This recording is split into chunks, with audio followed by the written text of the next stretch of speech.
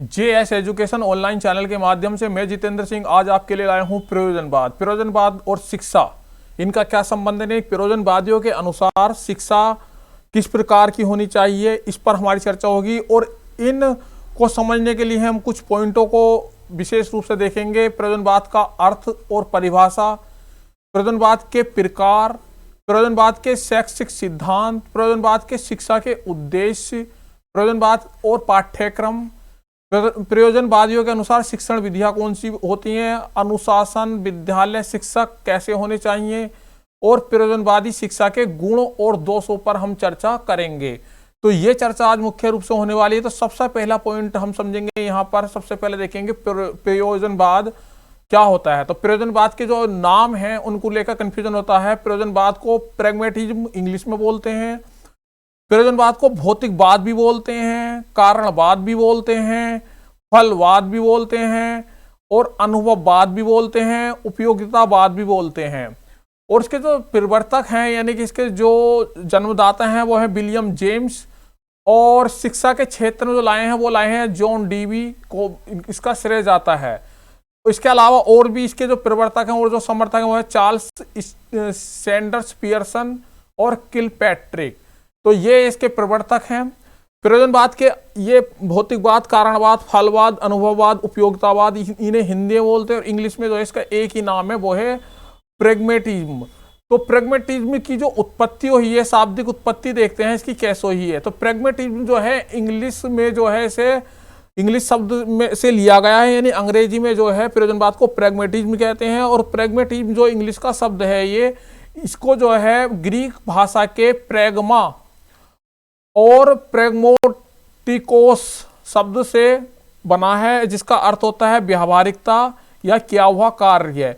तो इसके लिए प्रयोजनवाद को जो हम मानते हैं, प्रयोजनवाद का जो अर्थ होता है जो क्रिया द्वारा कार्य किया जाए, यानी कि जो करके सीखा जाए या जो व्यावहारिक हो, हमारे जीवन में व्यावहारिक कार्य हो, वो क्या होता है आपका प्रैग्मेटिज्म होता है। यानी कि क्रिया का विज्ञान या व्यावहारिक विज्ञान, यानी करके सीखना, करके देखना या जो हमारे व्यवहार में आता है उसे कहते हैं हम प्रयोजनवाद। शाब्दिक अर्थ हुआ। कुछ परिभाषाएं हैं, इनसे हम समझने की कोशिश करेंगे। रस्क के अनुसार प्रयोजनवाद उस नए आदर्शवाद के विकास का एक चर है जो आध्यात्मिकता, व्यावहारिक मान्यताओं में सामंजस्य उत्पन्न कर सके।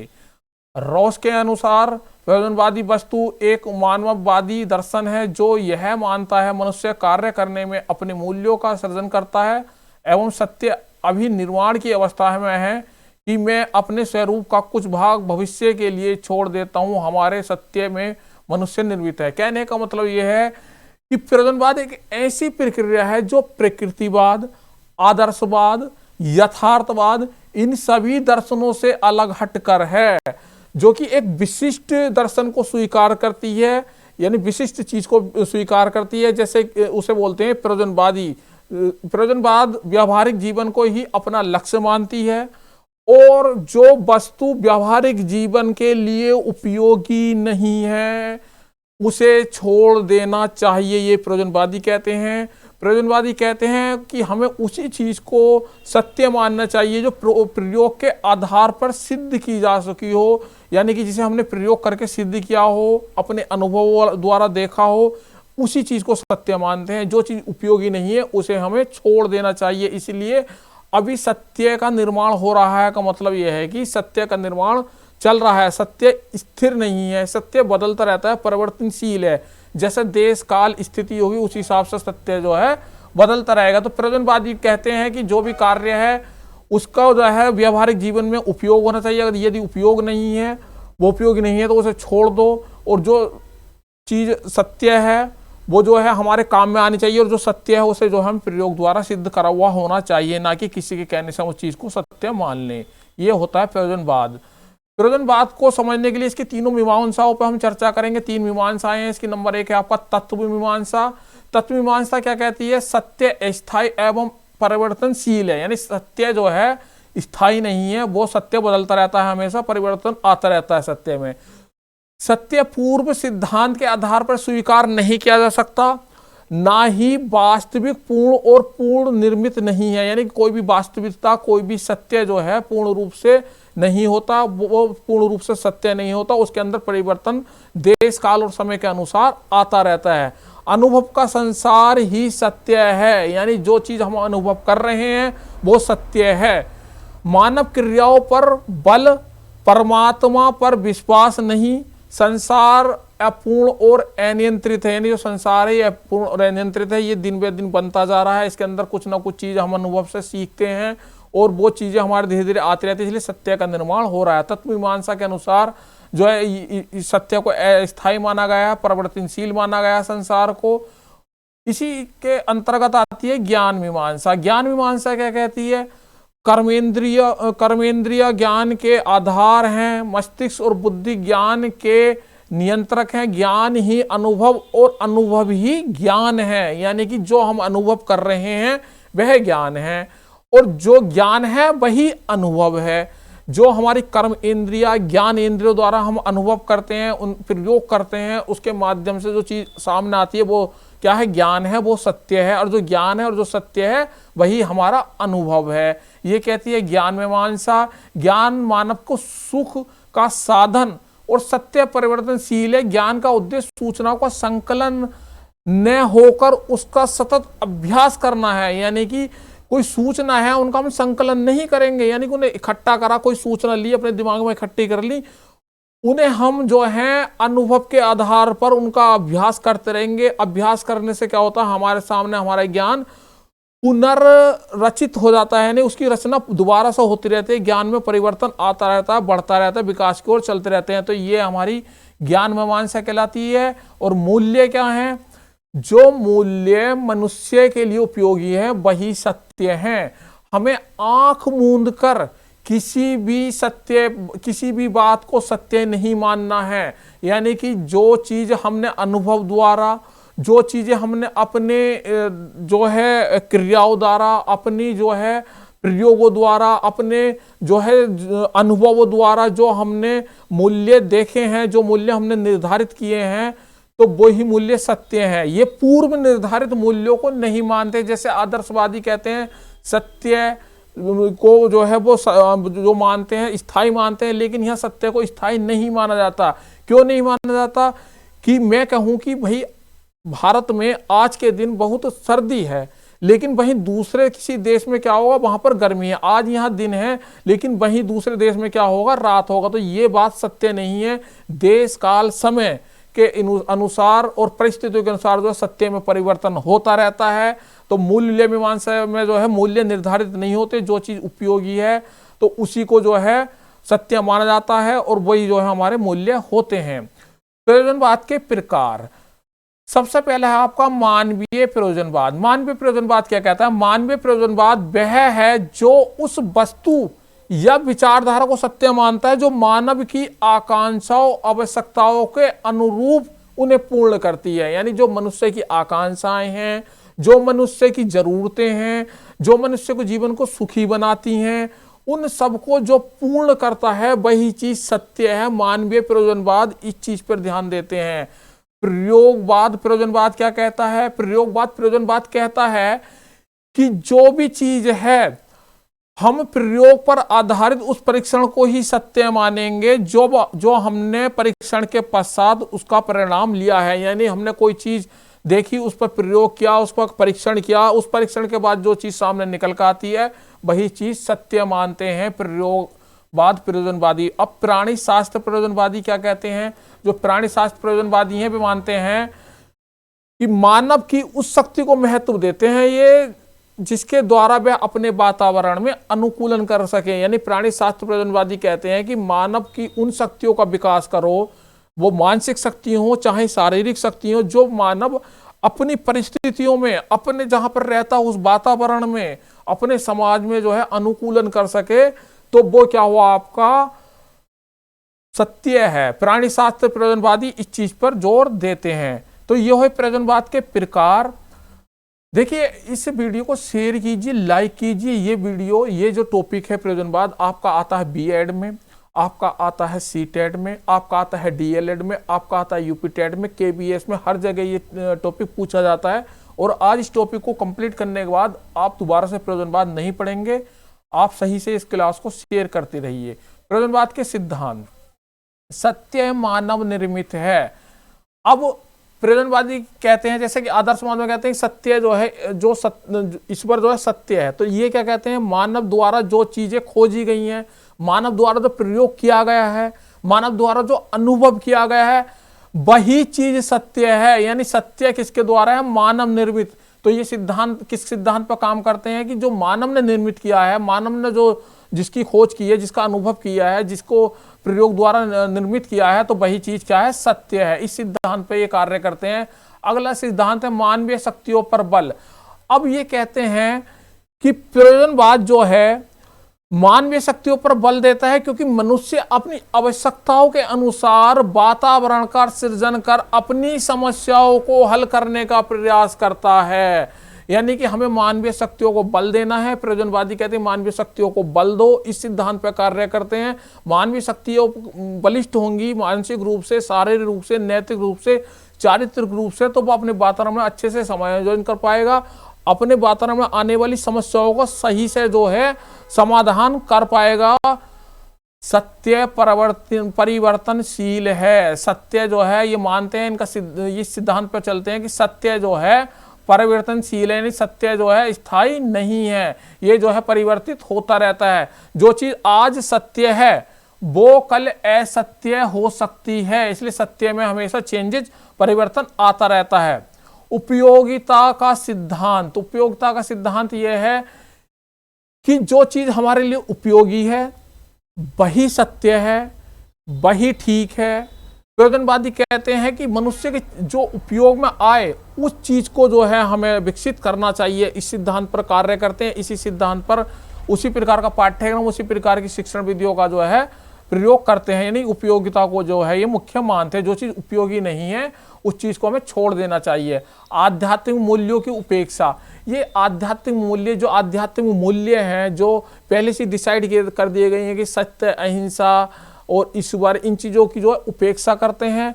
ये उन मूल्यों को मानते हैं जो प्रयोग द्वारा, ये अपने अनुभव द्वारा और अपने जो इन्होंने देखकर अपने प्रयोगों द्वारा जो इन्होंने सिद्ध किया है, उन मूल्यों को जो है ये मानते हैं। तो यहाँ पर आध्यात्मिक रूप मूल्यों की जो है ये उपेक्षा करते हैं, नहीं मानते हैं। सामाजिक तथा प्रजातांत्रिक दृष्टिकोण पर बल। ये कहते हैं जो सामाजिकता है, जो मनुष्य में सामाजिकता पैदा करे, समाज में जो है उसे काबिल बनाए समायोजन करने लायक प्रजातांत्रिक दृष्टिकोण, यानी कि उसका दृष्टिकोण एक संकुचित ना होकर एक स्वतंत्र और सही से सोचने वाला होना चाहिए, तो उस पर बल देते हैं।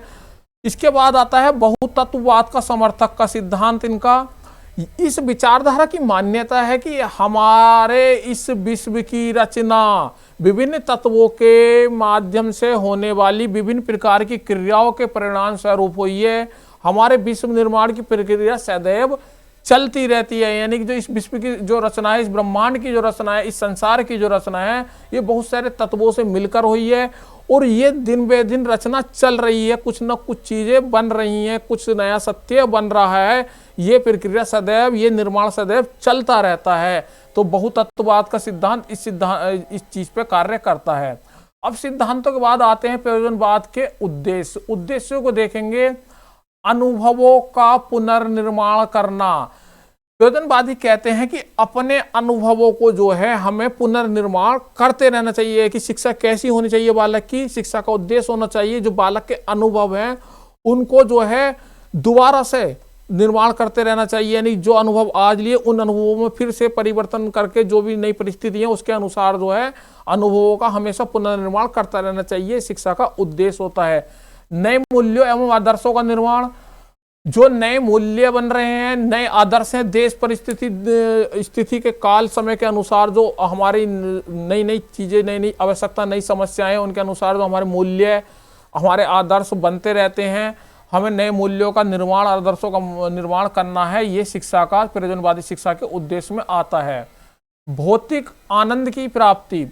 प्रयोजनवादी शिक्षा का जो मुख्य उद्देश्य है ये भी है कि बालक का जो है भौतिक, यानी जहां पर वो रहता है, जो जिस संसार में वो रहता है, वहां की जो भौतिक सुख सुविधाएं हैं उनमें विशेष रूप से किस प्रकार से जो है विकास हो, शिक्षा का ये उद्देश्य होता है कि भौतिक सुख सुविधाएं मिलनी चाहिए प्रत्येक बालक को, वो अपनी भौतिक सुख सुविधाओं को आसानी से कैसे प्राप्त करे, उनका विकास कैसे करे, तो इस चीज की जो है शिक्षा दी जाती है प्रयोजनवादियों के अनुसार। प्रयोजनवादियों की शिक्षा का अगला उद्देश्य होता है लोकतंत्र की शिक्षा पर बल, यानी कि शिक्षा ऐसी होनी चाहिए, शिक्षा के उद्देश्य ये होने चाहिए कि जो हमारा लोकतंत्र है वो बना रहे, हमारा जो हमें जो लोकतांत्रिक रूप से सोचने की क्षमता हमारी बढ़नी चाहिए, यानी कि हमें जो है हमेशा स्वतंत्र विचार, स्वतंत्र रूप से रहने की आदत, स्वतंत्रता के लिए हमें जो है हमेशा सोचना चाहिए। प्रयोजनवादी शिक्षा का उद्देश्य है कि शिक्षा में जो है लोकतांत्रिकता पे बल दिया जाना चाहिए, जनतांत्रिक आदर्शों का विकास, यानी कि जो जनता के हित में है, जो जनतांत्रिक आदर्श हैं, यानी कि जो स्वतंत्र आदर्श हैं, जनता के लिए जो अच्छी बातें हैं, तो उन आदर्शों का विकास जो है प्रयोजनवादी शिक्षा का उद्देश्य होता है। सामाजिक व्यवस्था की योग्यता, अब सामाजिक व्यवस्था की योग्यता में जॉन डीवी कहते हैं कि ने सामाजिक व्यवस्था के बारे में बताया कि सामाजिक व्यवस्था की योग्यता को शिक्षा का प्रमुख उद्देश्य माना है। इससे ही समाज में सामाजिक कुशलता एवं संस्कृति का विकास होता है, यानी कि किसी भी समाज में जो है समाज लोगों में कुशलता यानी सामाजिक कुशलता और सांस्कृतिक विकास जो है किससे होता है, सामाजिक व्यवस्था की योग्यता से। यानी सामाजिक व्यवस्था की योग्यता जब तक नहीं होगी शिक्षा में, शिक्षा के उद्देश्य में, तो वो जो है समाज हमारा जहाँ जो बच्चे हैं वो बच्चे जो हैं सामाजिक कुशलता और सांस्कृतिक विकास को जो है नहीं संभाल पाएंगे। तो सामाजिक व्यवस्था और सांस्कृतिक विकास के लिए जो है शिक्षा के उद्देश्यों में हमें इसे शामिल करना चाहिए। शिक्षा का जो उद्देश्य होता है उसमें जो है गतिशीलता का अध्ययन करना भी जो है जरूरी है, यानी कि शिक्षा प्रयोजनवादियों के अनुसार शिक्षा का उद्देश्य बालकों की गतिशीलता का अध्ययन करना है। जो प्रयोजनवादियों की शिक्षा का एक उद्देश्य होता है वो होता है बालक की गतिशीलता का अध्ययन करना, यानी कि बालक की जो गतिशीलता, अब प्रयोजनवाद क्या मानता है, परिवर्तन, अब परिवर्तन है तो परिवर्तन के कारण ही जो है उसकी जो है गतिशीलता में जो है गतिशीलता बनी रहेगी। आज बालक 2 समस्याएं हल कर रहा है, कल गतिशीलता के कारण, परिवर्तन के कारण 3 समस्या हल करेगा, फिर 4 समस्याओं हल करेगा। इसी प्रकार बालक की जो गतिशीलता है, बालक के जो विकास की गतिशीलता, उसमें जो परिवर्तन हो रहा है या उस परिवर्तन के कारण जो गतिशीलता हो रही है, तो प्रयोजनवादियों की शिक्षा का उद्देश्य होता है कि बालक की गतिशीलता का अध्ययन करना। अब आता है प्रयोजनवाद और पाठ्यक्रम। प्रयोजनवाद के पाठ्यक्रम में जो है पाठ्यक्रम के निर्माण के सिद्धांत, जो इन सिद्धांतों के आधार पर जो पाठ्यक्रम निर्मित किया गया है, क्रिया का सिद्धांत, यानी कि क्रिया के सिद्धांत का मतलब होता है कि कोई भी कार्य को करके देखना, प्रयोग द्वारा करना, क्रिया द्वारा करना, तो ये होता है क्रिया का सिद्धांत। तो पाठ्यक्रम इस प्रकार का निर्मित होता है प्रयोजनवादियों का कि कोई भी जो उसमें चीजें सिखाई जाएंगी तो वो अधिकतर बच्चों के हाथों से, बच्चों द्वारा क्रिया कराकर, बच्चों द्वारा प्रयोग कराकर वो सिखाई जाती हैं। अब अनुभव का सिद्धांत, पाठ्यक्रम इस प्रकार का होना चाहिए जिसमें कि बालकों को अनुभव प्राप्त हो, यानी कि उस कार्य को करने में, उस पाठ्यक्रम को पढ़ने में बालकों को नए नए अनुभवों का जो है प्राप्त हो, उन अनुभवों से जो है वो अपने ज्ञान का सृजन कर सके। रुचि का सिद्धांत, अब किसी भी बालक के लिए पाठ्यक्रम इस प्रकार का निर्मित होना चाहिए जिससे कि जिस चीज में बालक की रुचि है, यानी पाठ्यक्रम ऐसा होना चाहिए, रुचिकर होना चाहिए, उसके अंदर बालक को पढ़ते समय, करते समय रुचि आनी चाहिए। तो रुचियों का विशेष ध्यान रखना चाहिए। सामाजिकता सिद्धांत, बालक का पाठ्यक्रम इस प्रकार का होना चाहिए कि बालक में जो है सामाजिकता का विकास हो, पाठ्यक्रम इस प्रकार से डिजाइन हो कि बालक के अंदर सामाजिकता का विकास किया जाए। तो प्रयोजनवादी पाठ्यक्रम सामाजिकता के सिद्धांत पर जो है जोर देता है। एकीकरण का सिद्धांत, ये सिद्धांत बहुत महत्वपूर्ण है। इसके अंतर्गत क्या होता है, सभी विषयों को, बालक के जो जितने पाठ्यक्रम में सभी विषय हैं, चाहे वो आपका हिंदी हो या गणित हो या आपका समाज हो, आपका विज्ञान हो, आपका नागरिक शास्त्र हो, इतिहास हो, इन सबका जो है एक दूसरे से कनेक्ट कर कर जो है पाठ्यक्रम निर्मित करना चाहिए, यानी एक दूसरे से मिला जुला होना चाहिए। कहानियों के रूप में हिंदी सिखाएं तो उसमें गणित का भी आप डाल सकते हैं, समाज और इतिहास विज्ञान को एक जगह जो है आप एकीकरण करके, मतलब एक दूसरे से टच होना चाहिए पाठ्यक्रम। विविधता का सिद्धांत, हर किसी बालक की कुछ विविधताएं होती हैं, कुछ जो हर किसी बालक की उन विविधताओं को, उन भिन्नताओं को ध्यान में रखकर पाठ्यक्रम तैयार किया जाना चाहिए। उपयोगिता का सिद्धांत, बालक के जो चीज उपयोग में आए वर्तमान जीवन, भावी जीवन में, जो करंट में उसके उपयोग में आ रहा है, ऐसा पाठ्यक्रम निर्मित किया जाना चाहिए। उस पाठ्यक्रम को पढ़ने के बाद जो है बालक को जो है वो उपयोग में आए, बालक के यानी किसी समस्या के समाधान में, जीवन जीने के लिए जो है उसको जो है उपयोग होना चाहिए उस पाठ्यक्रम का। इस प्रकार का प्रयोजनवादी पाठ्यक्रम मानते हैं। प्रयोजनवादियों के अनुसार पाठ्यक्रम बालक की प्रकृति, अभिरुचियों को ध्यान में रखकर अर्थात रचनात्मक कार्य, क्रियाकलाप, अभिव्यक्ति, अन्वेषण एवं वार्तालाप के दृष्टिकोण को पनपने के लिए प्रकृति विज्ञान, गणित, ड्राइंग तथा हस्तकला आदि विषयों को पाठ्यक्रम में रखना चाहिए। जीवन उपयोगी तथा जीवन में प्रगति देने वाला होना चाहिए। पाठ्यक्रम में छात्रों के अनुभव तथा क्रियाओं को स्थान दिया जाना चाहिए। उनमें परस्पर कनेक्शन होना चाहिए, यानी पाठ्यक्रम के सभी विषयों में एक दूसरे से कनेक्शन होना चाहिए कि एक दूसरे से रिलेटेड होकर उन्हें पढ़ाना चाहिए। तो इस प्रकार का आपका पाठ्यक्रम होता है। प्रयोजनवाद व शिक्षण विधियां। अब पाठ्यक्रम के बाद इन्हें हमें पढ़ाना कैसे है, किन शिक्षण विधियों का प्रयोग करते हैं प्रयोजनवादी कहते हैं प्रयोगात्मक विधि, अनुभव आधारित विधि। यानी प्रयोजनवादी कहते हैं किसी भी चीज को सिखाने के लिए जो है हमें प्रयोग करना चाहिए। प्रयोग के आधार पर, प्रयोग विधि द्वारा हमें बालक को समझाना चाहिए। कोई भी कार्य बालक को जो है प्रयोग द्वारा उनसे प्रयोग करवा कर उनके खुद के स्वयं के अनुभव के आधार पर जो है उन्हें सिखाना चाहिए। तो प्रयोग विधि, अनुभव आधारित विधियों का प्रयोग करना चाहिए। करके सीखना, बालक को खुद कोई भी कार्य, कोई भी समस्या जो है स्वयं करके सीखनी चाहिए। कोई भी कार्य अपने हाथों से करके सीखना चाहिए। इस विधि के अनुसार प्रयास एवं त्रुटि का सिद्धांत, प्रयास एवं त्रुटि विधि क्या होती है, बच्चे को प्रयास करने देना चाहिए। उस जो त्रुटि करेगा फिर उन त्रुटियों को स्वयं सुधारे, वो फिर प्रयास करे। इस तरीके से प्रयास और त्रुटि का सिद्धांत होता है। सहसंबंध विधि का सिद्धांत, यानी कि इसमें जो है सहसंबंध विधि में जो होता है आपके कि एक दूसरे से जो कनेक्टेड सभी विधियां हैं उन विधियों को जो है सहसंबंध जो है बच्चों को बताना चाहिए। संबंधित विधियों द्वारा जो है शिक्षण विधि का योगदान होना चाहिए। सहसंबंध विधि जो है बच्चे को बताती है कि किस तरीके से एक दूसरे से ये समस्याएं कनेक्ट हैं, यानी इस समस्या का दूसरी समस्या से कैसे रिलेशन है। आगमन निगमन विधि, आगमन निगमन विधि का प्रयोग कराना चाहिए। यानी कहीं उदाहरण बच्चे को उदाहरण देकर पहले फिर नियम की ओर ले जाना चाहिए, कहीं नियम बताना चाहिए फिर उसके उदाहरण बताना चाहिए। इस तरह की विधियों का प्रयोग। समस्या समाधान विधि, बच्चे के सामने समस्या देकर उसका समाधान करने के लिए बच्चों को स्वयं प्रेरित करना चाहिए। इस तरह की विधियों का जो है यूज करें।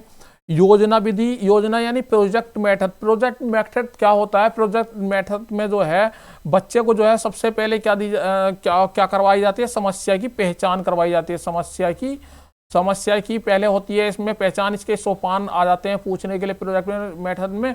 समस्या की पहचान, उसके बाद आता है आपका समस्या के जो है तत्व, समस्या के तत्वों का विश्लेषण, यानी कि जो समस्या है उसके जो तत्व हैं उन्हें छोटे छोटे टुकड़ों में तोड़ लेना चाहिए। जो जिनका मतलब कोई इतनी समस्या है इतनी बड़ी, उसका जो है कुछ छोटे छोटे पार्ट में उसे समझना चाहिए अलग अलग करके कि ये इसके पार्ट करके समझते हैं एक दूसरे से कनेक्टेड करके।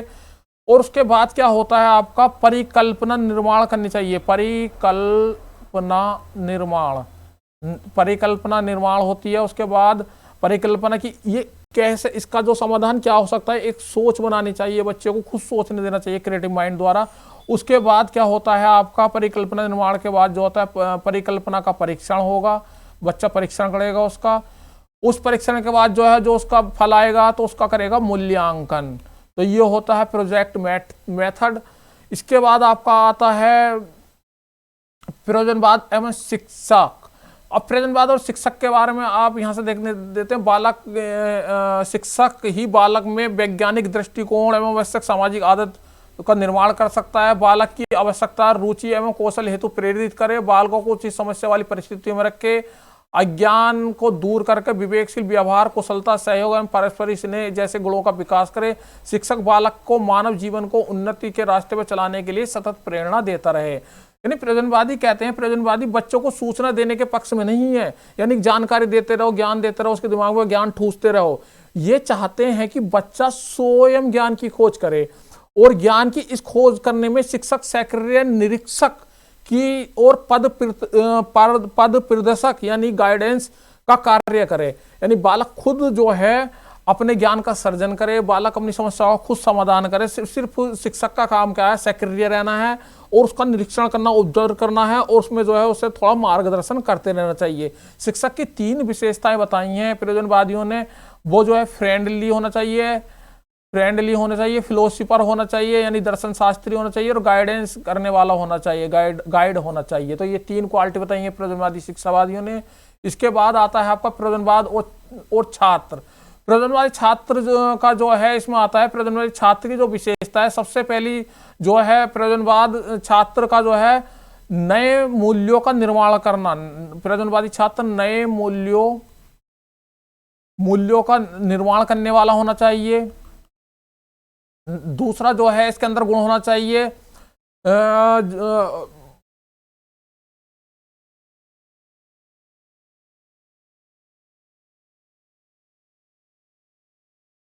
दूसरा इसके अंदर आता है क्रिया करने वाला होना चाहिए, यानी अपने हाथों से क्रिया करने का जो है उसे शौक होना चाहिए, यानी क्रिया करके सीखने वाला होना चाहिए। प्रयोजनवादी छात्र जो होता है दूरदृष्टि वाला होना चाहिए,